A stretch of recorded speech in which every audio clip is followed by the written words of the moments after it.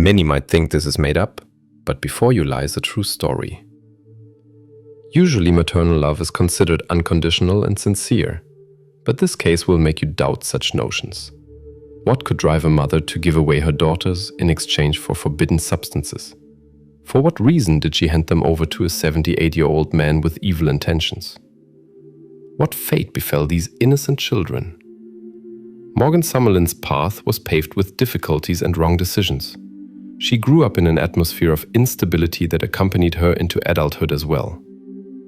From youth, she observed people's struggle for survival and learned that sometimes the necessity of existence overshadows aspirations and hopes. Morgan's adult life did not become easier. She fell into the clutches of an addiction that began to dictate her decisions and influenced her relationships. The addiction to forbidden substances created a vicious circle of difficulties that drove her to actions that left negative consequences not only for her, but also for her environment. Her social environment often suffered from similar problems, which only made the situation worse. Instead of helping, Morgan's connections only reinforced her addiction and worsened her situation. Her struggle with addiction influenced not only herself, but also determined her way of life and led her onto a path with a sad ending. Despite the chaos in her own life, Morgan became mother to 2 daughters. The children loved their mother sincerely and sought, like all children, protection and care from her. But Morgan's addiction prevented her from fully fulfilling her parental duties. Her habits gained the upper hand and took away her ability to provide her daughters with the necessary stability. The girls grew up under conditions where neglect became part of everyday life. They often had to take care of themselves and existed in an environment shaped by their mother's difficulties. Despite their innocence, they were drawn into the dark side of Morgan's addiction. The situation took a critical turn when the mother made an unthinkable choice, a decision that changed their fate forever. Morgan's daughters were remarkable children. Despite the instability, they were distinguished by intelligence, curiosity, and optimism. The older daughter showed natural goodness, constantly cared for her younger sister, and tried to find joy in the small things of everyday life. She showed wisdom that went beyond her years and often took on the role of caregiver when the mother failed. The younger daughter was playful and energetic, always ready to laugh and rejoice even over small things. Between the sisters existed an inseparable connection based on trust and a shared understanding of their difficult reality.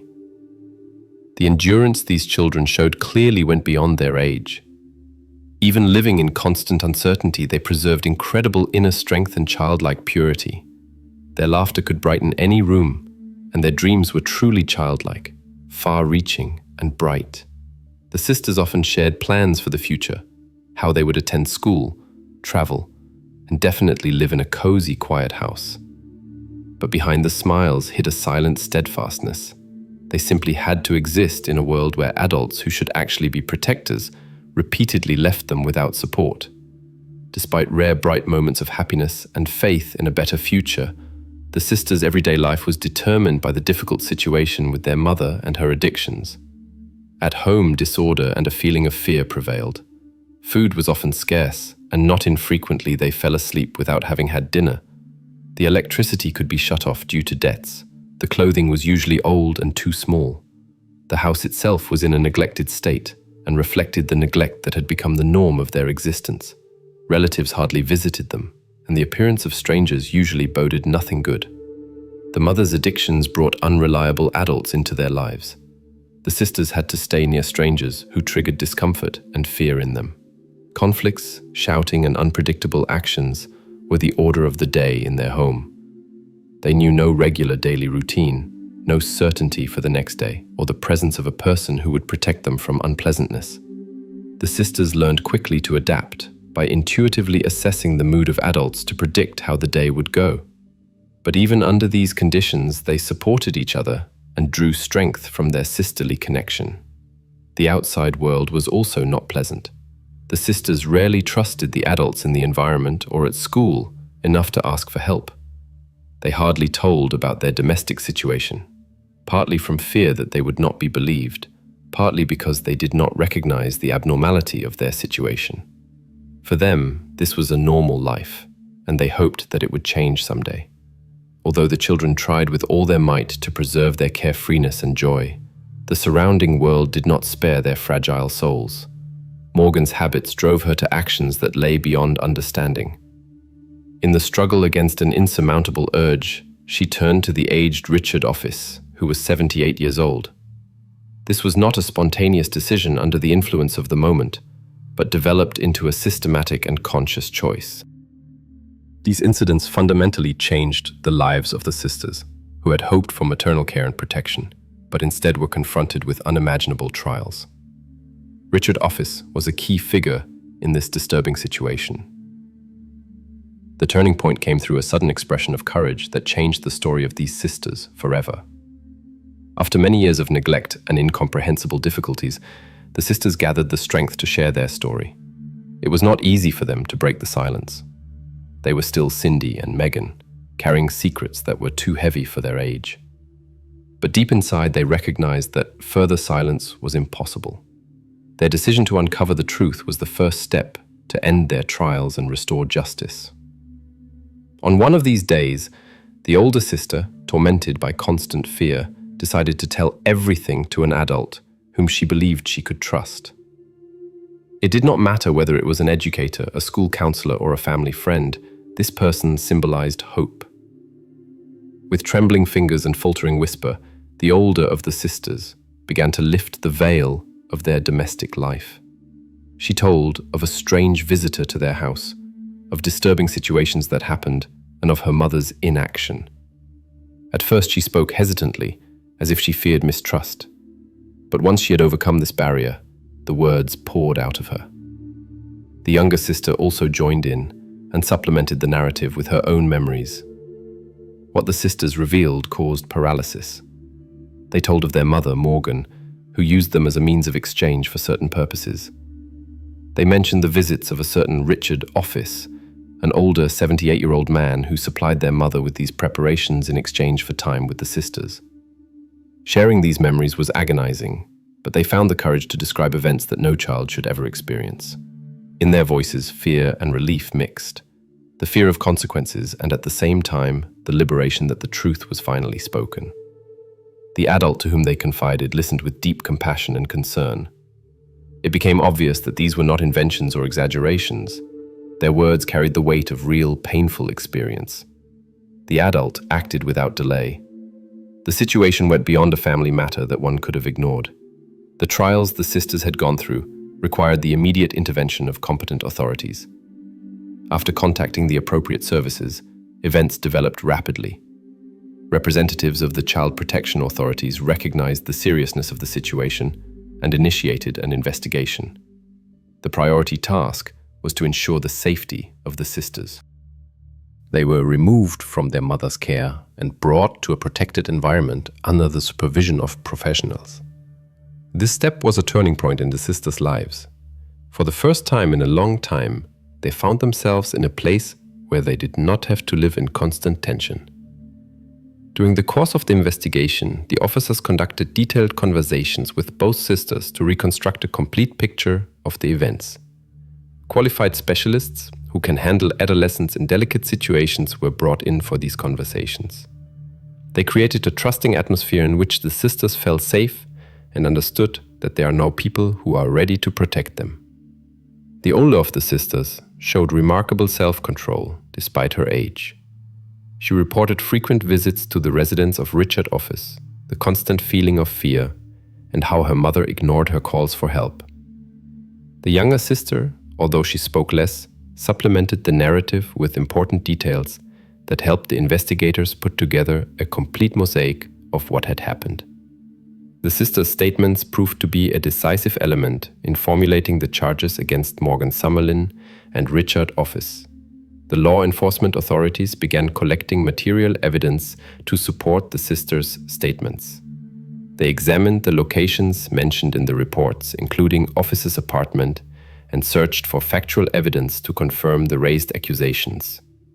The investigators also questioned the family's environment, neighbors, school teachers, and other people who could potentially have noticed disturbing signals.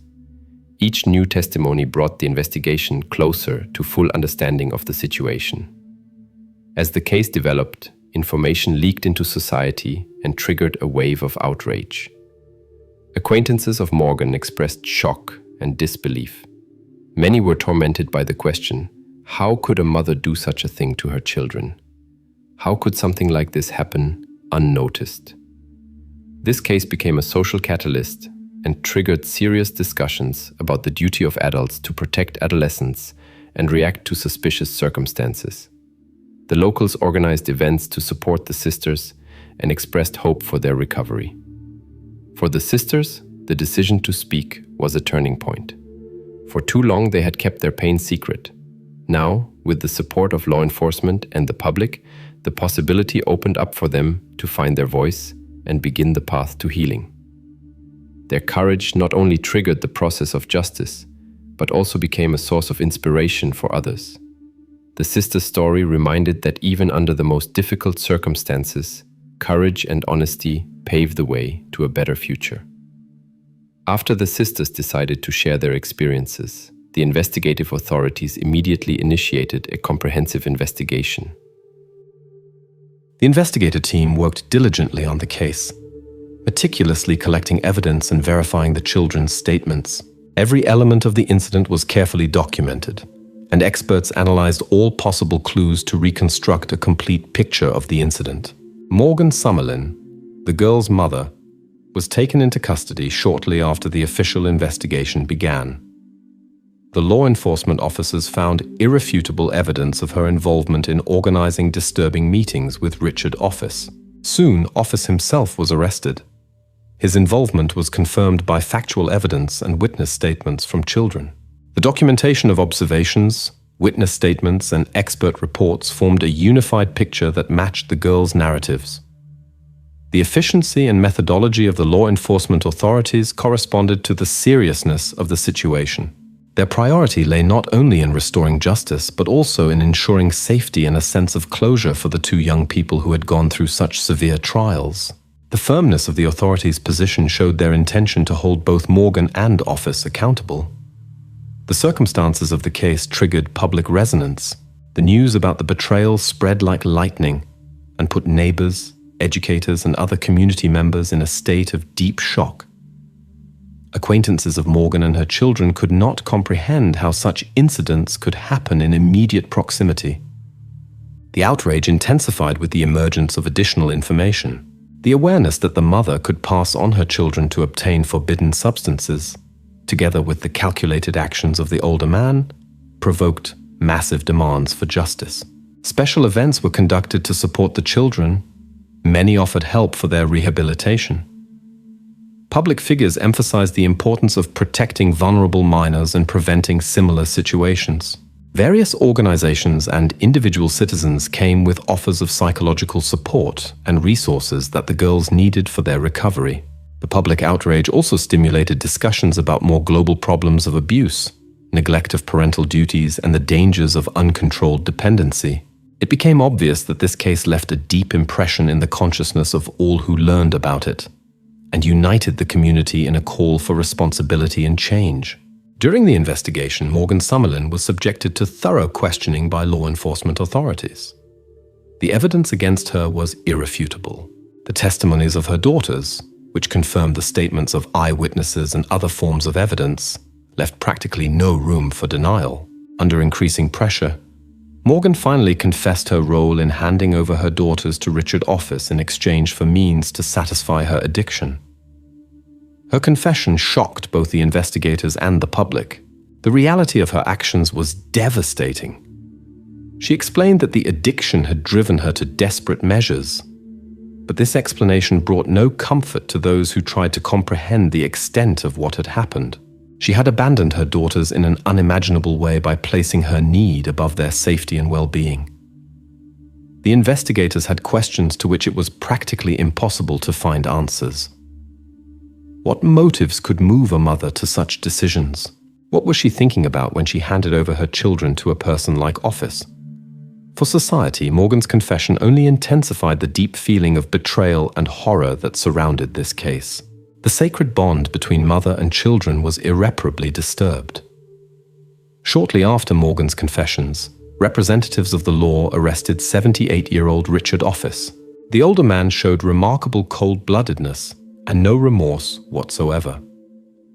During all conversations with the investigators, he maintained a distant communication style and categorically refused to acknowledge the harm inflicted on the children. His indifference only poured oil on the fire of public outrage and painted the disturbing picture of a person who exploited the defenselessness not only of the children, but also of their mother. The law enforcement authorities reconstructed the timeline of his contacts and uncovered a whole series of meetings between him and Morgan. The circumstances of his inappropriate behavior shattered the imagination, and the evidence against him left no room for doubt. Video recordings from cameras, witness statements, and expert reports, everything pointed to his involvement. Nevertheless, office offered neither words of remorse nor any explanations for his actions. His silence and heartlessness left an indelible impression on all who were involved in the investigation. The public's reaction to Office's arrest was immediate and harsh. When the information about his capture appeared in the media, people expressed their outrage on social networks and in public discussions.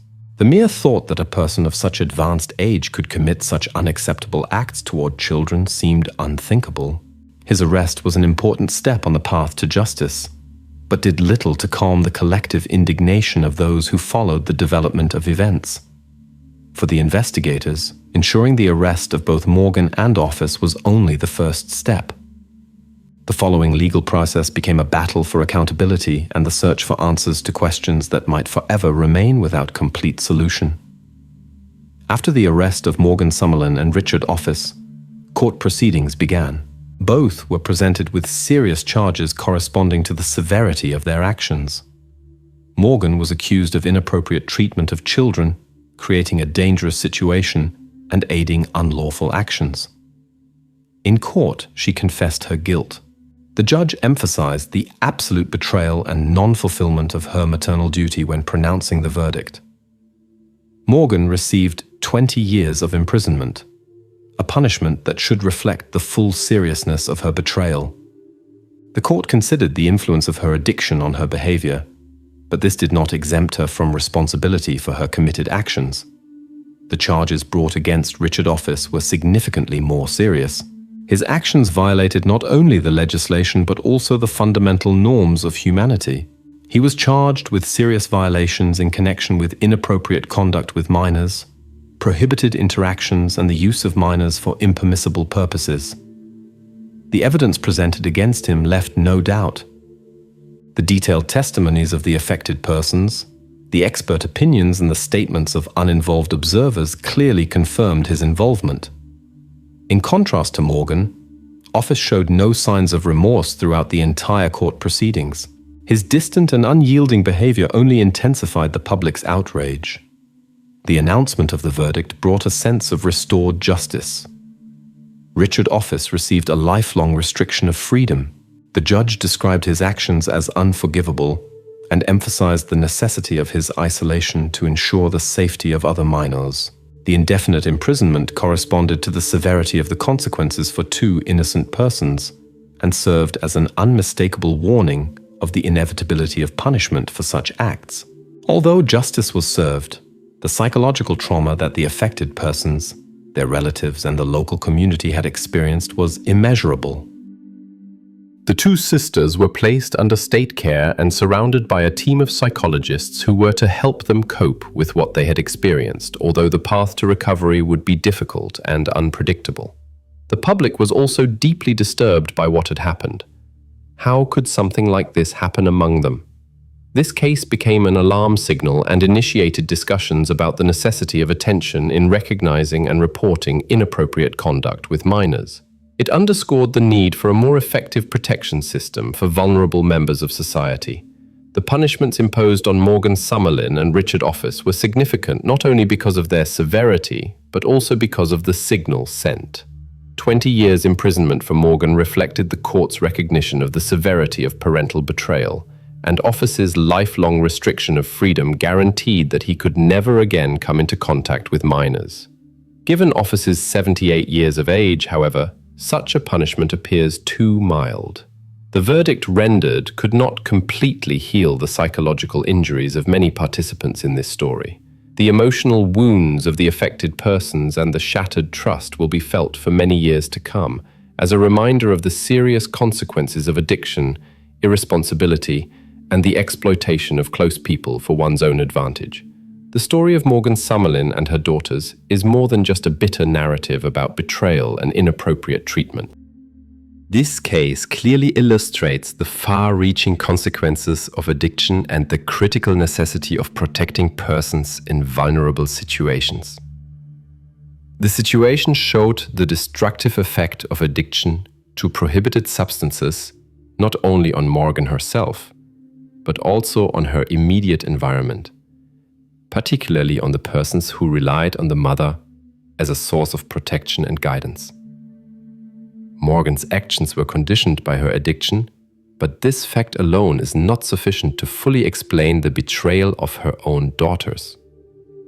Addiction is a disease, but when it remains without appropriate attention, it creates a domino effect that can destroy entire families and distort destinies. This incident forces us to look more closely at how society deals with the problem of addiction and how important timely intervention is for those who struggle against it. This story is a call to action for all of us. Teachers, neighbors, community members, and even random passers-by, to pay attention to alarm signals and to speak when something appears wrong. Timely contact with appropriate protection services can fundamentally change the situation and preserve persons from an unsafe environment. The main lesson of this case is the necessity of joining forces to prevent similar cases in the future. Above all, we must guarantee everyone a safe environment to grow up in. This means providing support for families in need, ensuring access to programs for treating addiction, and strengthening community resources that offer guidance and timely intervention.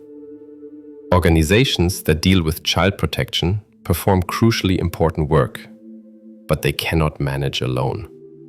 It requires the commitment of the entire society so that no one has to go through the trials that Morgan's daughters went through. Supporting such initiatives through financial assistance, volunteer work, or social engagement can ensure a reliable protection system for vulnerable persons. Expanding knowledge about the true consequences of addictions can reduce condemnation and motivate people with problems to seek help in early stages. The dissemination of information about signs of inappropriate treatment, carelessness, and exploitation should become an integral part of public discussions so that citizens can act when they see someone in an unfavorable situation. Although this case evokes sincere compassion, it also offers an opportunity for learning and improvement. This story forces us to confront the unpleasant realities of addiction and neglect, while simultaneously giving the chance to make essential changes. The story of Morgan Summerlin's daughters must not be forgotten. On the contrary, it should inspire us to create a society in which everyone lives in safety, is surrounded by attention, and has the opportunity for full development. Despite their young age and the unimaginable trials that the sisters had to go through, they found the courage to tell the truth. Their courage has not only exposed the bitter reality, but also ensured that those responsible receive appropriate punishment. Their steadfastness in the face of such difficulties is a testimony to the strength of the human spirit.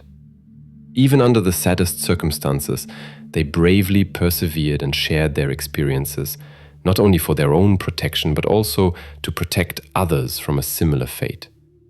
Let us think of these brave persons and let their voices inspire us to action, whether through supporting organizations that fight against inappropriate treatment, reporting danger signs, or simply by showing love and attention in everyone's life. Together we can create a world in which everyone is safe, surrounded by love, and can live free from fear.